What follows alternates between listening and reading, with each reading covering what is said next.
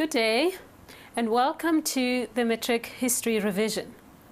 Today we'll be looking at the civil society protests in South Africa with special focus on the Black consciousness movement in the 1970s. So the way I'll be doing this, I'll look at the skills you need to know in history, and then we will look at the specific exam questions that you should expect to get at the end of the year. In terms of the skills, you need to make sure that you know how to analyze sources. So you'll find that in your exam there will be written and visual sources. So you get text where it could be a speech or an address, a president address, and then visual where it could be a photograph or a cartoon. Then the next thing you should know is how to detect bias. So you should know whether the source supports what was going on in the country at the time or it is against it. And then the next skill will be assessing the usefulness of the source. So you'll be looking at whether the source can be useful to historians who are studying that particular period. And then you need to give reasons why you say a source can be useful or it can be useless. In terms of that, you will be looking at the content, the things that the source has left out or the information that you feel will be useful in understanding the period. So after assessing the usefulness of the source, you need to ask yourself whether the source is reliable or not. That is another very important skill in history. Now, usually people confuse the two. Usefulness means, can the source be used to understand the period? So you can find that a source can be useful but not reliable, because reliability means, can the source be trusted to understand the period? So that is another very important skill in history. And then once you've done that, you look at the value of the source. Now the value ties in with the usefulness and reliability. So there you'll be looking at who made the source, when the source was made. So if it's a primary source, is it more useful than a secondary source? You'll be looking at why the person made the source. So that would be value. And then the next thing would be a limitation. Limitation is the direct opposite of value. That is where you look at the things that limit the source. So those are the things that will determine the usefulness or the reliability of the source. So under limitation, you'll be looking at things like the information that is left out. So you will say, for example, this source was made by a communist who was involved in the event, therefore he didn't reveal everything about the event. That would be the limitation. Or another thing that is part of limitation is the bias that I spoke about earlier on, that you need to detect bias. So you could say that just because this source is written by a communist, he is only saying good things about communism. He is not looking at the negative things. And in terms of apartheid South Africa, you'll be looking at whether this source was written by a government official or it was written by somebody who was in the struggle. Because what will happen is somebody who worked for the government is not likely to criticize the government, whereas somebody who was in the struggle, let's say a member of the Black consciousness movement or the ANC, will then criticize the government because that is what the struggle was about. And then the next skill that is very important in history is understanding the origin of the source. Now, the origin of the source will help you understand all the previous skills I've spoken about, like usefulness, reliability, bias, and all that. So that refers to when the source was written, where it comes from. So you'll be looking at the caption. The caption at the top of the source gives you that information, where the source is from. I'm going to give you an example of that. Okay, I'm going to give you an example that shows the origin of the source. Okay, if you look at the examination paper from 2012, you see the source booklet has source 1. And source 1 has got a caption that describes the source. Now it says this extract focuses on the influence that the philosophy of black consciousness had on the Soweto uprising of 1976. Now, this entire information tells you what this source is about. And then it goes on to say that it was written in 1976. Now that is the origin of the source. You know that the Soweto uprising took place in 1976, but the source was written in 1978, 2 years after the event. So that type of information should help you answer the questions later on. And who wrote this source? It was written by John Kane Berman, who was a member of the SRC at the University of the Witwatersrand. He was a member of the SRC. So already that should be ringing bells. It should be telling you that this is a person who was a student, because the SRC is the Student Representative Council. He was a student writing about the student uprising of 1976.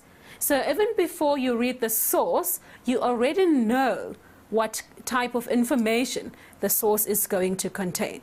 That might not always be the case, but that gives you an idea of the kind of source you'll be dealing with. Okay, let's go back to the skills. So in terms of the exam structure, your exam paper, you'll be expected to do the following. Comprehension. The first questions that you will get in the exam will be the questions that require you to understand the source. So you just read the source and you prove that you've understood what the source is about. In that case, you are not bringing your own knowledge, you are not bringing extra information, you just show that you understand what is in front of you. That is what comprehension is about. And then the next thing will be extraction. That is where you will be proving again that you have comprehended the source and you are able to take out relevant information from the source to answer that specific question. That is what extraction means. And then we move on to the higher order thinking skills. Then you will be expected to interpret the source. Now, when you interpret the source, that is where your own knowledge comes in as well. And that caption I showed you earlier on does help you interpret the source. So you will say, this source is about the Soweto uprising and it's looking at it in a negative or a positive way, and you should be able to pick out words from the source that help you interpret the source. And then the next skill is analysis. So that is where you break down the source. What exactly is this source about? This source is looking at the aims of black consciousness, it is looking at the actual Soweto uprising, and it is looking at the results of the Soweto uprising, for example. And then the next skill that you'll be expected to practice in the exam will be application. That is where you now use your own knowledge to apply to the source information. So you sort of marry the two. You bring your own knowledge to show that you've comprehended the source, to show that you can extract information and you have interpreted it correctly. You now need to apply your own information. So that is where you can give your views and extra information from what you've learned in class. And then the last thing you'll be expected to do is you will get views from different perspectives. So let's say, for example, you will have a source that is written by a member of the Black Consciousness Movement or Steve Biko himself, and then you have another source that is written by a government official. Now you'll be expected to compare and contrast those sources. So when you're comparing the sources, that's when you'll be looking for similarities. So you'll be looking for things that are the same between the two sources?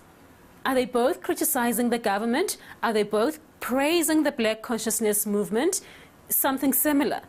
And then when you're contrasting the sources, that is where you'll be looking for differences between the sources. So for example, you can say this source left out information that is contained in the previous source. This one has obvious bias while the other one doesn't. This one is written by a member of the Black consciousness movement. The other one is written by the government official. So those are the differences between the source. And those differences help you understand the different points of view and help you to interpret the source.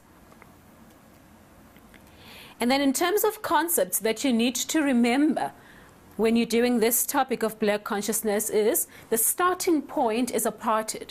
You need to know what apartheid was and what it entailed. Obviously not in detail. We're not expecting you to know the different apartheid laws that were passed by the government, but just to be able to define the concept of apartheid, that it was about the division of black and white people in every sphere of life. As simply as that. You don't need to know everything about it. Okay, so that you can understand where Black consciousness comes in. Also, the theme is called civil society protests. Now, you need to know what constitutes civil society. What is civil society? Civil society means people, ordinary people who are not members of the government or the police and big businesses. That is civil society, because that is what the theme is looking at. They're looking at the role of civil society in opposing apartheid. And then because we're looking at Black consciousness, you should be able to define the philosophy of Black consciousness. What was Black consciousness about? How was it different from the forms of struggle that had been used previously? And then the last thing is self-reliance, which was part of Black consciousness. And then an easy way to learn this section is you need to know the context or the background.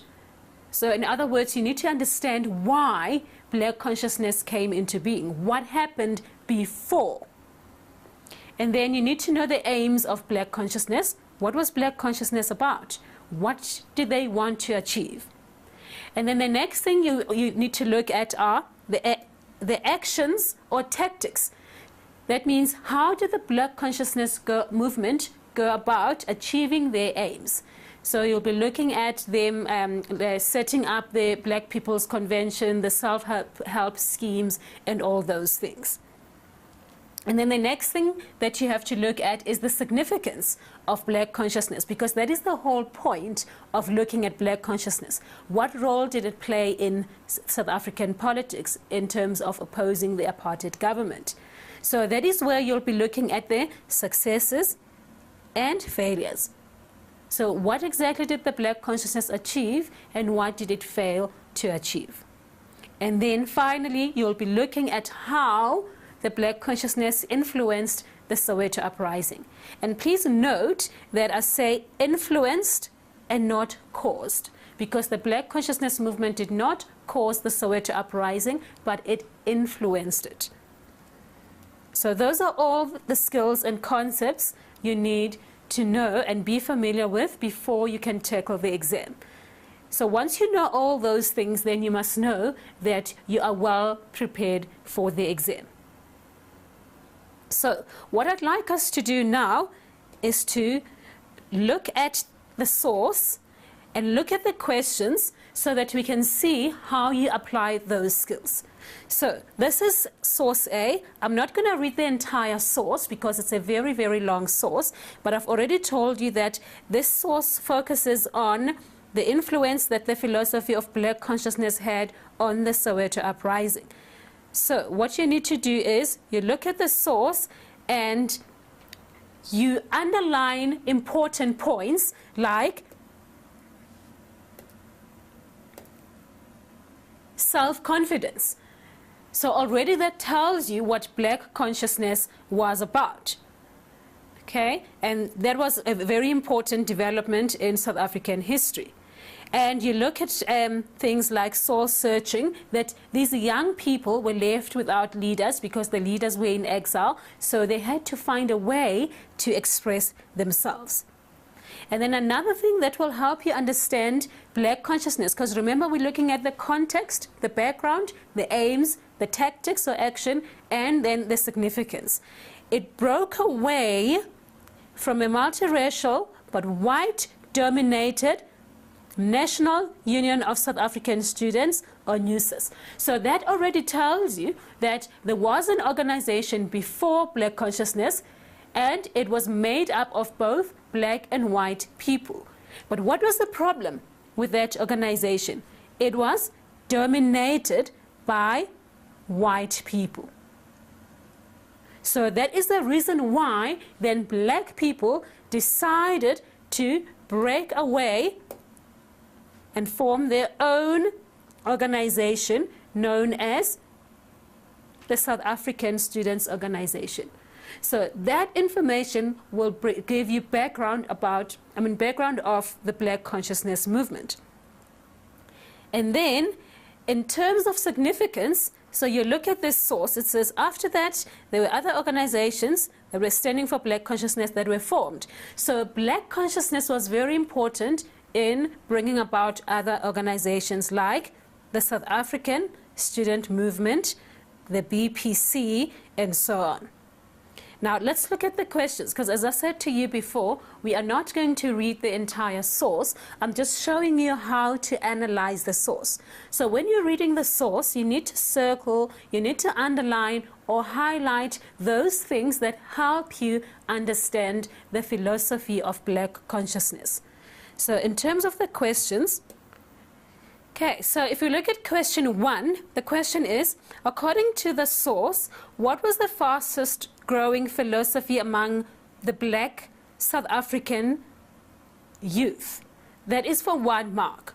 And that is already in the source that we highlighted before. So you go back to your source and you already know that it was the black consciousness philosophy. So you go back to your question, you look at it. This is a comprehension question. They just want to check to see that you've understood the source.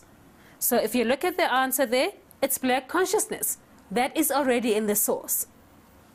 And then we go on to the next question. Explain the term black consciousness in your own words. Now, remember earlier on I told you the importance of understanding the concepts in this section. So you have to do it in your own words. So it can be from memory, from doing black consciousness in class, because obviously in the teaching this will have been done. So you can say something like, black people should be proud of themselves. Black people should do things on their own without the help of white people. That is the self-reliance I told you about. It was aimed to conscientize mainly black South Africans about their political, economic, and cultural rights. So again, that is your own knowledge. It's not comprehension, it's not extraction, but it's application. You're applying your own knowledge to this concept of black consciousness.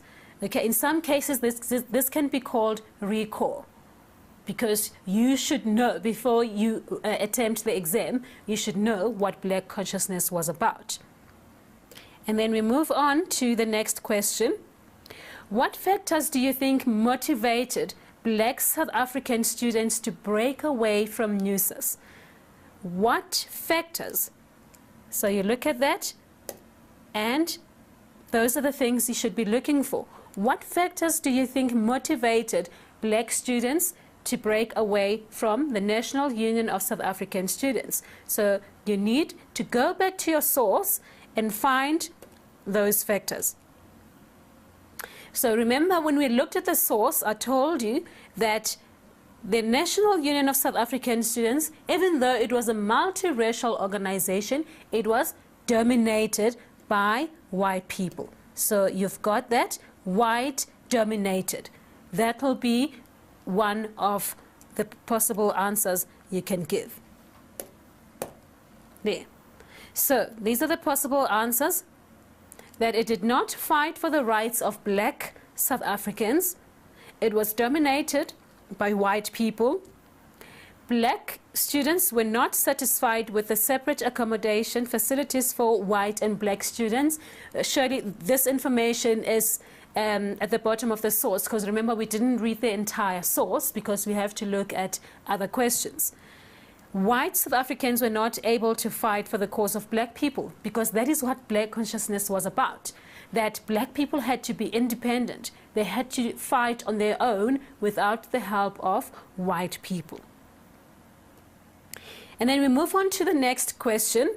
Again, remember, we are looking at those skills of comprehension, extraction, analysis, interpretation, application, and so on. So question 1.4, name 2 organizations that were formed to instill the philosophy of black consciousness in black students. Again, that is in the source. We did look at that because I said to you that was the significance of black consciousness. So you look at organizations like the South African Students' Movement, the Black People's Convention. Those are just some of the examples of the organizations that were formed as a result of black consciousness. There. Okay, the South African Students' Movement, you have your Black People's Convention, and then SASO that broke away from the National Union of South African Students that was dominated by white people.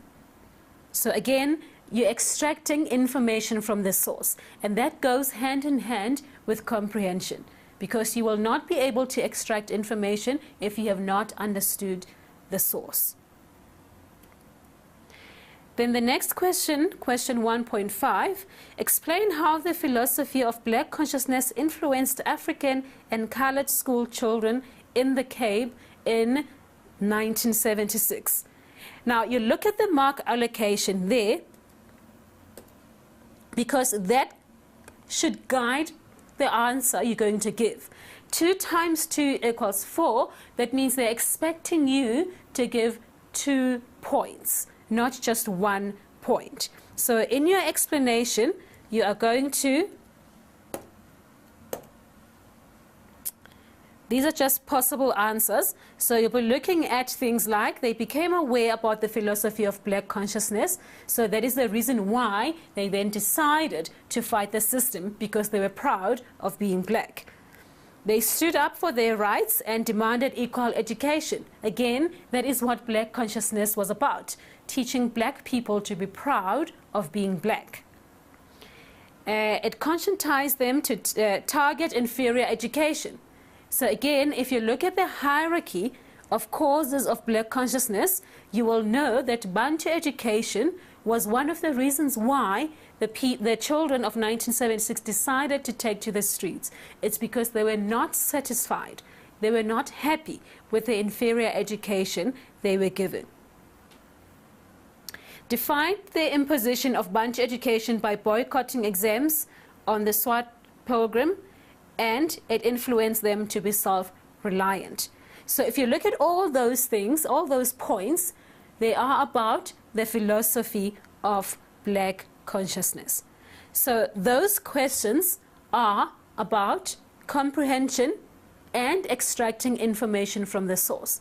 And remember what I said before, you will not be able to extract information from the source if you have not understood it. Okay, and also it's very important that you learn your work, you study, so that when you read the source, you already have background information. Don't think that the source on its own will give you all the information you need. It's very important to have background knowledge from your lessons, from studying, and then when you read the source, you know what the source is about. You're able to contextualize it. And then we look at the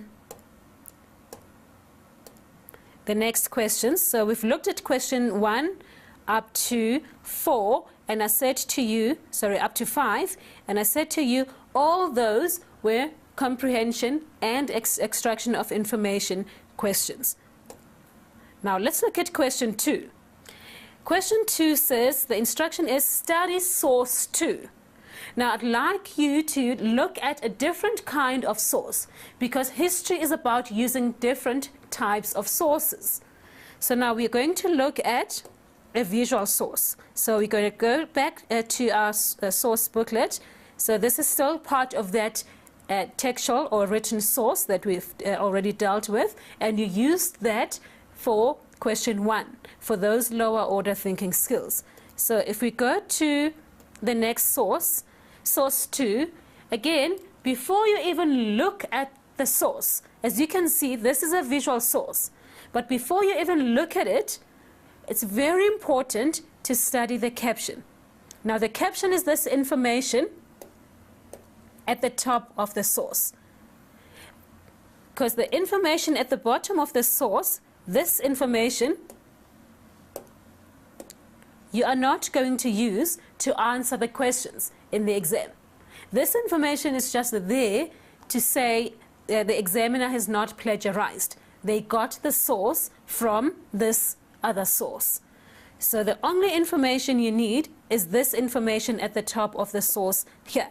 So this is where you're going to find the origin of the source and the description of the source. So let's read this one together. This cartoon by A.B. Berry, which appeared in the Star newspaper.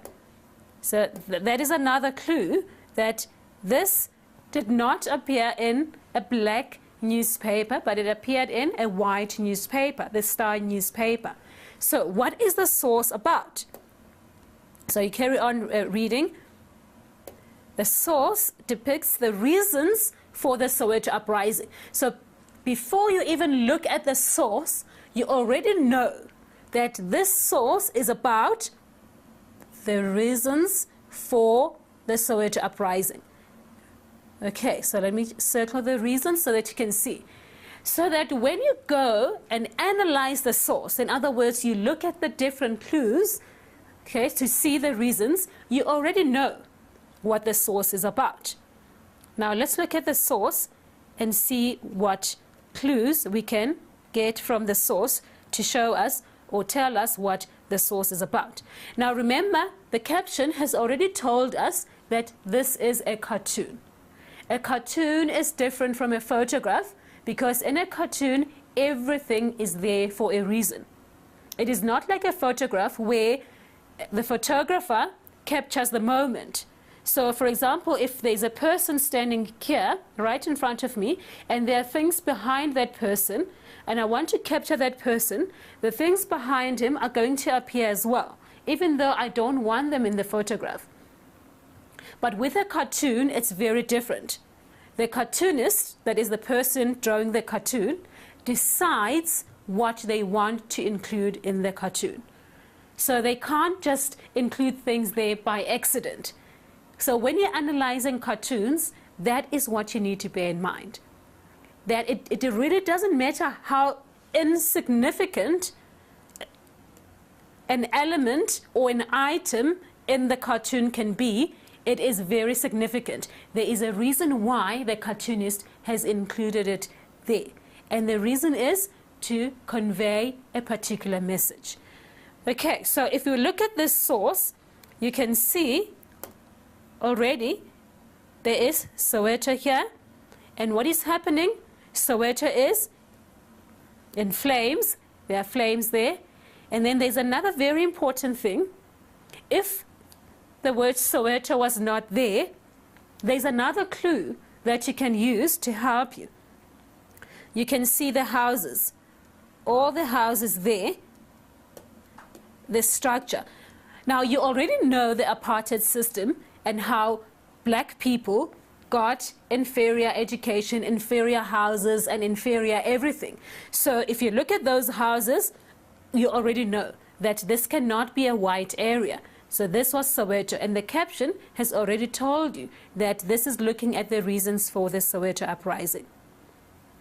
And then another very important thing that is in this source is that there is a word that is written in Afrikaans, and that is the word school.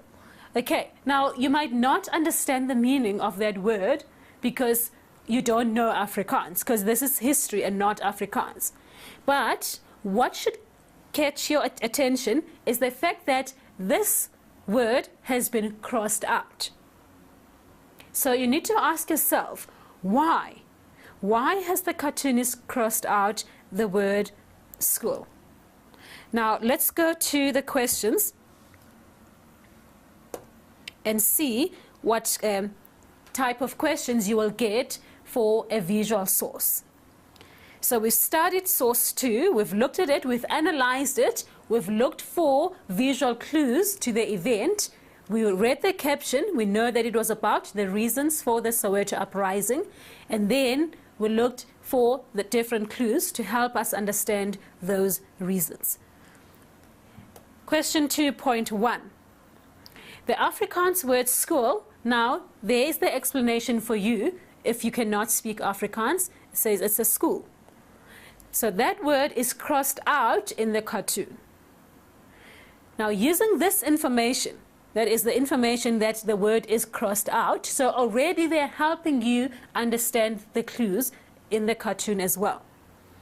And you use your own knowledge as well. Remember what I said to you before, that you are not walking into the exam without any prior knowledge. It's very important to revise your work before you tackle the exam.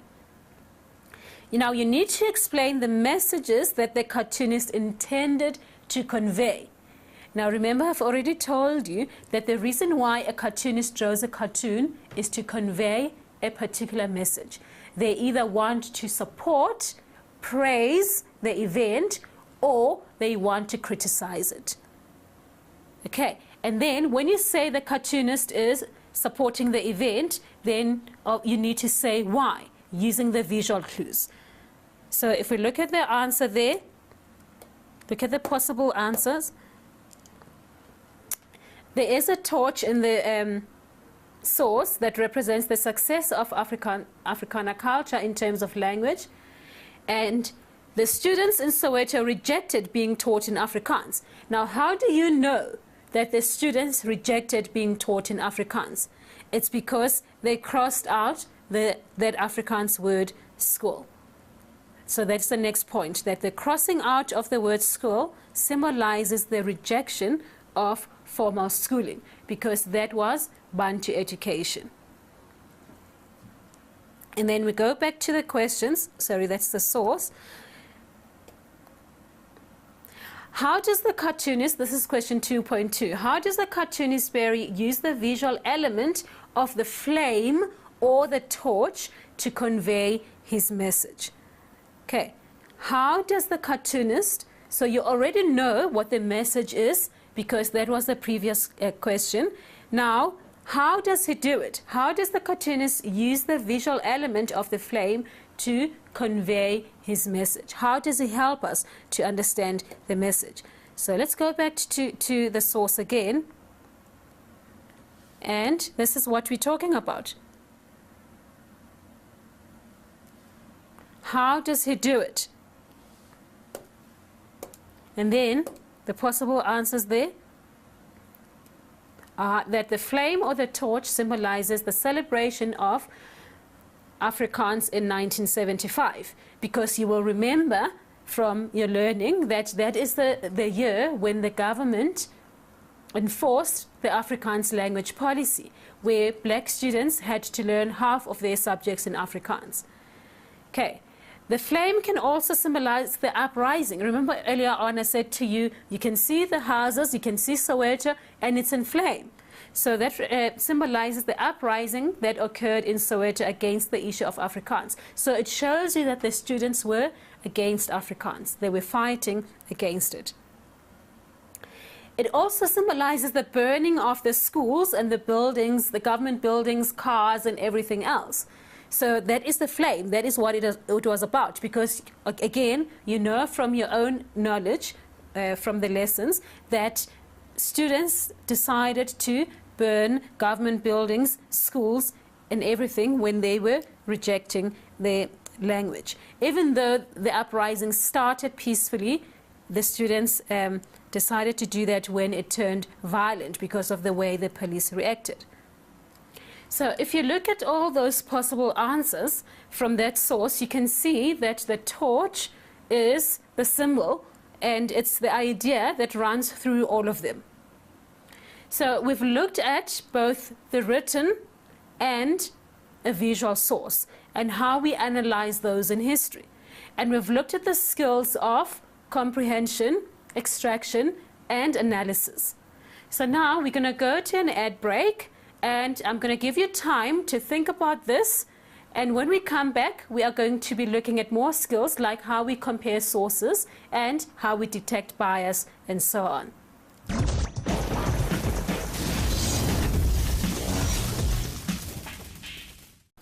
Welcome back. Now you remember in the previous session, we looked at a visual source and a textual source. And we also looked at the skills of comprehending the source, extracting information from the source, and analyzing, and we analyzed both the written and the visual source. Now, the next question I'd like us to look at is a source where we're comparing. Now, remember earlier on I did say to you, another thing that you'll be expected to do in the exam is to compare and contrast. Now, comparing means looking for similarities, while contrasting means looking for differences. Now, if you look at question 3, say study sources 1 and 2. We've already looked at those sources. If we can go back to them, source 1 was that extract focusing on the influence that the philosophy of black consciousness had on the Soweto uprising of 1976. And then source 2 was that cartoon that we analyzed together by Abe Berry, which appeared in the Star, and that also it shows the reasons for the Soweto uprising of June 16. So now, in terms of the question, so you've studied both sources, you've dealt with the questions in terms of comprehension, extraction, and analysis. Now you need to comment on how these sources support each other regarding the Soweto uprising. Now that word, support each other, already tells you that these sources are in agreement, even though they're written by different people. They are both about the same thing. They support each other regarding the Soweto uprising. And then in terms of the answer, because remember we're comparing these two sources. They support each other, so we're looking at the things that are similar between the two sources. So source 1 refers to the burning of the books, and source 2 shows the smoke or the flame. So those are the two things that are similar. That is how they support each other. So the one is saying it in terms of written form, while the other one is showing it visually. That is the support. They are both about the same thing. Source 1 refers to the boycotting of the Afrikaans exam, and source 2 symbolizes the rejection of Afrikaans as a language. So that's another similarity between the two, that it shows, both sources show the rejection of the language Afrikaans. Now you'll remember that if we go back to the source, I did say to you that the word school written in Afrikaans has been crossed out, and that symbolizes the rejection. Okay, and then if you go back to the written source, it tells you that the students rejected Afrikaans. So those are the points of similarity between the two sources. And then source 1 and 2 highlight the need to resist Afrikaans as a language of instruction and the rejection of Bantu education. So they're both about the same thing, that the black students were not happy with the inferior education the government was giving them, and they decided to fight against it. So as you can see again, you look at the mark allocation, 2 times 2 equals 4, you're only expected to give 2 points that show similarity. Now this is a marking memo. Obviously it's going to give you a lot of possible answers, because somebody might give the first point and the third point, another person might give the second and the third point. It really doesn't matter, as long as you understand how the two sources support each other. And then we move on to question 4. Now, this one requires you to use all the sources. So you've studied all the sources under this theme. You need to study all of them. So it's very important to read the instruction. It says, using information from all the sources and your own knowledge. So please make sure that when you write this paragraph, okay, you are not writing an essay, you are not writing in point form, you are writing a paragraph. Please make sure that you've got enough information from all the sources and information from your own knowledge as well. It can't just be information from the sources.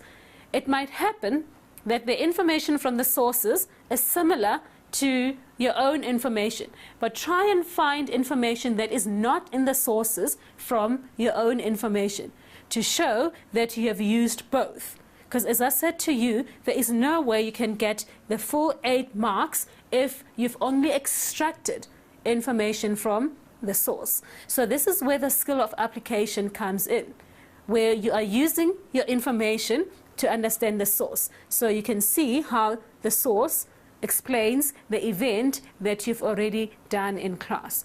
Please make sure you do that. And also you need to stick to the word limit. Don't count the words, but they say, the instruction does tell you that about 8 lines. So if you write maybe 10 lines, more than 8, it's really not a train smash. It's fine as long as it is short. It has to be concise. It can't be a page long, because then you've written too much, and you'll find that when you've written a page, then you've repeated yourself. What we're looking for here is specific information. And what you're doing here, you're explaining the various measures that the apartheid government put in place to limit the influence of the Black consciousness movement. So again, you will know that from the source and your own knowledge. And I did tell you before that it's very important to know the significance of the movement, where you look at the successes and the failures of the Black consciousness movement. So that is what you'll be expected to do there. I will not look at all the answers there, but you can see that most of the information comes from the sources. I'm not going to read them with you again, but they come from the sources and they come from own knowledge. For example, the fact that Steve Biko and other activists were arrested, tortured, and killed. You already know that because you've already done Black consciousness in class.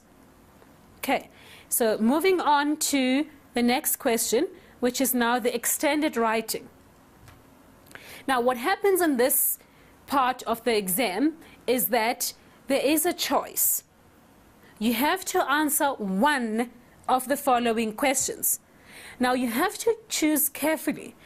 Now, you read the instruction. It tells you that you answer one of the following questions. So you can either do 5.1 or 5.2. Now, the question is, what should guide your choice? Obviously, you're going to have to read both questions to see which one you're comfortable with. So if we look at 5.1, again, I'm not going to read the answers with you. Okay, this is just to help you with making a choice of questions. Explain how the philosophy of Black consciousness influenced the Soweto uprising of 1976. Now, when you go back to the sources, you will see that the source that answers that question is mainly source 1. The other sources are about the actual uprising and not how Black consciousness influenced it. So, which means in this question, this extended writing question, the points that you are going to give to answer are mainly from your own knowledge. So you have to rely on your memory to do this. You all know how to write an essay, the structure. You can't write in point form. It has to flow and all that. So you look at the main points, explain how, that is the key word, how the philosophy of black consciousness influenced the Soweto uprising. So you're comparing the two. Make sure that you don't end up just writing about black consciousness alone, or just writing about the Soweto uprising alone. You need to marry the two. So you're looking at black consciousness and what it stood for, and how then that influenced the students to fight against the language policy. Again, another mistake that a lot of people make is to start writing about the actual Soweto uprising, like how it took place and how many people died and all that. That is not what the question is asking you. The question is asking you how the philosophy of black consciousness influenced the movement. So you're looking at cause and effect. This was the philosophy of black consciousness, and this is how the black students responded to it. This is what they learned from it, and then they decided to fight the language policy. It's not asking you how they fought the language policy, like the other sources show you. So it's very important to analyze the question properly before you answer it. Because as you can see, if you know the Soweto uprising very well, and you know how it happened, it's very easy for you to think that is what you have to do here. That is not what you have to do. Don't tell us about the uprising and how it happened, who organized it and all that. No, the focus is black consciousness leading to the Soweto uprising. Okay, and then as I said, we are not going to look at the answers together because it's an essay. It's very, very long, and you'll know that these exam papers are available on the Department of Education website. Now, the second choice, question 5.2, remember you can't do both. You do either 5.1 or 5.2. So if you're comfortable with your own knowledge and you understand exactly what you need to do as I've explained it, then you will choose 5.1 and then connect black consciousness to the Soweto uprising. And then 5.2 says, John Kane Berman stated that a new generation has grown up, and these younger men and women are impatient, radical, militant, brave, and proud. Do you agree with this statement? Now, it's very, very important to note that there is a statement or a quotation here. So in your answer, you need to refer to it. Okay, so it starts there where he is talking about a new generation of young people who are impatient. In other words, they're not going to follow the passive resistance of the ANC and the PAC. They're younger as well. They're not the older generation of the Nelson Mandelas and the Walter Sisulus and so on. They're men and women. They're militant. In other words, they're ready to fight. They're brave and proud. This is the word that should guide you. So again, while this question is slightly different from 5.1, you can see the connection, because black consciousness was about black pride. So in describing this group of young people who took up arms in 1976, black consciousness does come in. And the question is, do you agree with this statement? Okay, this is just asking you, guiding you how to answer the question. Nowhere in the essay do you have to say, I agree or I disagree. You don't use personal pronouns.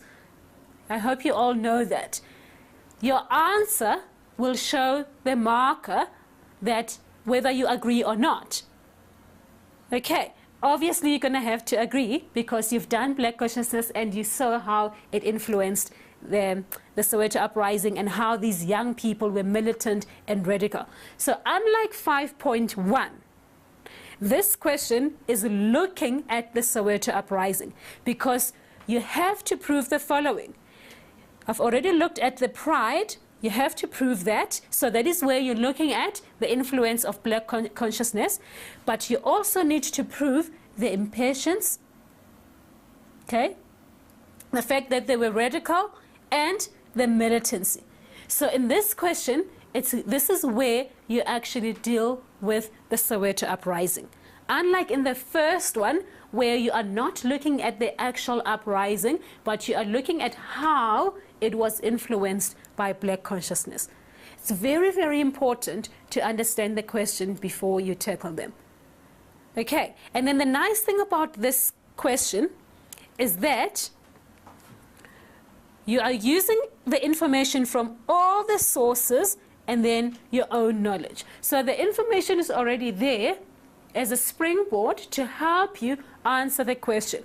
But as I said to you before, this one is slightly different from the previous one, because the previous one is only looking at the philosophy of black consciousness, but this one is looking at both the philosophy of black consciousness, hence the word proud and militant and impatient and all that, but it's also looking at the actual uprising. Okay, again, we are not going to look at the answer to the essay. You know about the main ideas that you have to look at, the background.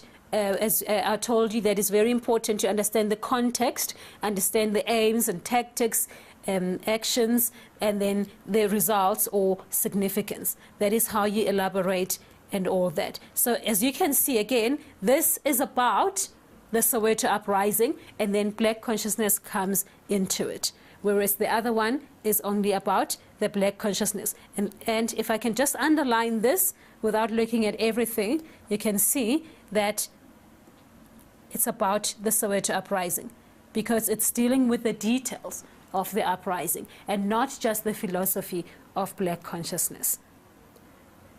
Another thing that shows you that this essay is not just about the philosophy of the black consciousness, but it's about the Soweto uprising, is the fact that there was violence, and it also tells you that the first victim to die was Hector Peterson. And also remember, I told you that looking at significance is another important thing. And this tells you that the event, that is the Soweto uprising, was very important because it was a turning point in the history of South Africa. And you might have to flesh that out and say why. In other words, what were the results of the Soweto uprising? And then the last thing is you do a conclusion, bearing in mind the quotation, and that is where you show whether you agree with it or not. And that should happen throughout, but that's where you restate your main points. Don't bring in any new ideas, and that is how you end up your essay.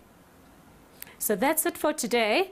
Remember that the question papers and the memos are on our website. If you need to get detailed information, they're there. But also remember what I said, that it's very important to have your own information as well. So you read those textbooks, you read the notes and everything. So that's it for today. Thank you very much. I'll see you next time when we look at the impact of the Cold War on Africa.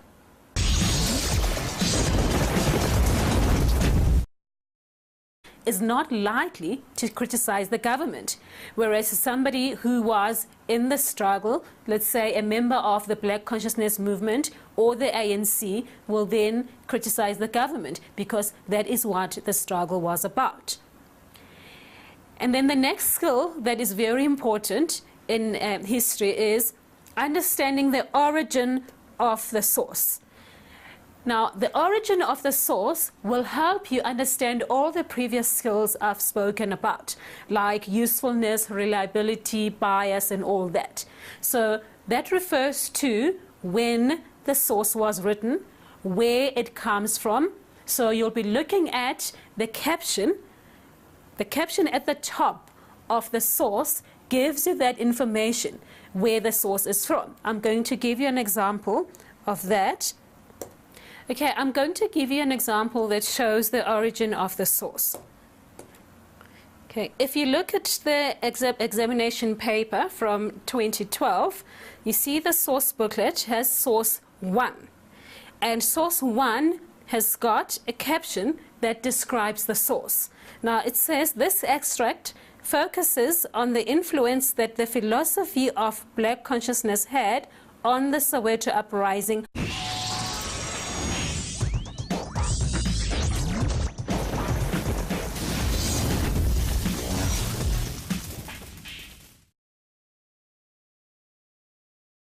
Good day and welcome to the Matric History Revision. Today we'll be looking at the civil society protests in South Africa with special focus on the Black Consciousness movement in the 1970s.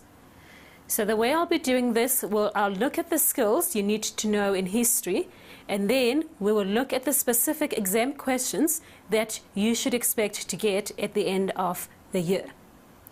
In terms of the skills, you need to make sure that you know how to analyze sources. So you'll find that in your exam, there will be written and visual sources. So you get text where it could be a speech or an address, a president address, and then visual where it could be a photograph or a cartoon. Then the next thing you should know is how to detect bias. So you should know whether the source supports what was going on in the country at the time or of 1976. Now, this entire information tells you what this source is about. And then it goes on to say that it was written in 1976. Now that is the origin of the source. You know that the Soweto uprising took place in 1976, but the source was written in 1978, 2 years after the event. So that type of information should help you answer the questions later on. And who wrote this source? It was written by John Kane Berman, who was a member of the SRC at the University of the Witwatersrand. He was a member of the SRC. So already that should be ringing bells. It should be telling you that this is a person who was a student, because the SRC is the Student Representative Council. He was a student writing about the student uprising of 1976. So even before you read the source, you already know what type of information the source is going to contain. That might not always be the case, but that gives you an idea of the kind of source it is against it. And then the next skill will be assessing the usefulness of the source. So you'll be looking at whether the source can be useful to historians who are studying that particular period. And then you need to give reasons why you say a source can be useful or it can be useless. In terms of that, you will be looking at the content, the things that the source has left out, or the information that you feel will be useful in understanding the period. So after assessing the usefulness of the source, you need to ask yourself whether the source is reliable or not. That is another very important skill in history. Now, usually people confuse the two. Usefulness means, can the source be used to understand the period? So you can find that a source can be useful but not reliable, because reliability means, can the source be trusted to understand the period? So that is another very important skill in history. And then once you've done that, you look at the value of the source. Now the value ties in with the usefulness and reliability. So there you'll be looking at who made the source, when the source was made. So if it's a primary source, is it more useful than a secondary source? You'll be looking at why the person made the source. So that would be value. And then the next thing would be a limitation. Limitation is the direct opposite of value. That is where you look at the things that limit the source. So those are the things that will determine the usefulness or the reliability of the source. So under limitation, you'll be looking at things like the information that is left out. So you will say, for example, this source was made by a communist who was involved in the event, therefore he didn't reveal everything about the event. That would be the limitation. Or another thing that is part of limitation is the bias that I spoke about earlier on, that you need to detect bias. So you could say that just because this source is written by a communist, he is only saying good things about communism. He is not looking at the negative things. And in terms of apartheid South Africa, you'll be looking at whether this source was written by a government official or it was written by somebody who was in the struggle. Because what will happen is somebody who worked for the government